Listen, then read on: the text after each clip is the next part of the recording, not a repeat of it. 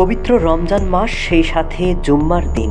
তবে ভারতের মসজিদগুলোতে টানানো হয়েছে কালো কাপড়, আগাগোড়া মুড়িয়ে ফেলা হয়েছে। শুধু তাই নয়, মুসলমানদের পরামর্শ দেওয়া হয়েছে যেন বাড়ি থেকে বের না হয়। ভারতে হোলি উৎসব শুক্রবার, একই দিনে মুসলমানদের জন্য পবিত্র জুমার দিন, সেই সাথে মাহে রমাদান। এমন অবস্থায় হোলি উৎসবের পথে পড়ে এমন জায়গার মসজিদগুলো ঢেকে ফেলার উদ্যোগ নিয়েছে দেশটির বিভিন্ন রাজ্যের কর্তৃপক্ষ। মুসলমানদের জন্য দেওয়া হয়েছে কড়া নির্দেশনা।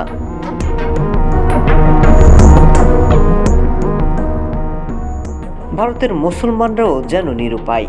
হোলির রং যেন মসজিদের গায়ে না লাগে, সেই ব্যবস্থা করা হচ্ছে। এমনকি নামাজের সময় পরিবর্তন করেছে মসজিদ কর্তৃপক্ষ।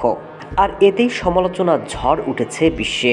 ধর্মনিরপেক্ষ দেশ মুসলমানদের স্বাধীনতা হরণের চেষ্টা বলেও অনেকে মন্তব্য করেছেন। खाने पीने को रोकने का नाम है कानों का, नाक का, जबान का रोजा, आंखों का रोजा, कि हम गंदगी ना देखें ना सुने और अहमियत दें कि कम से कम इस महीने तो कम से कम ज्यादा से ज्यादा कुरान की तिलावत करें।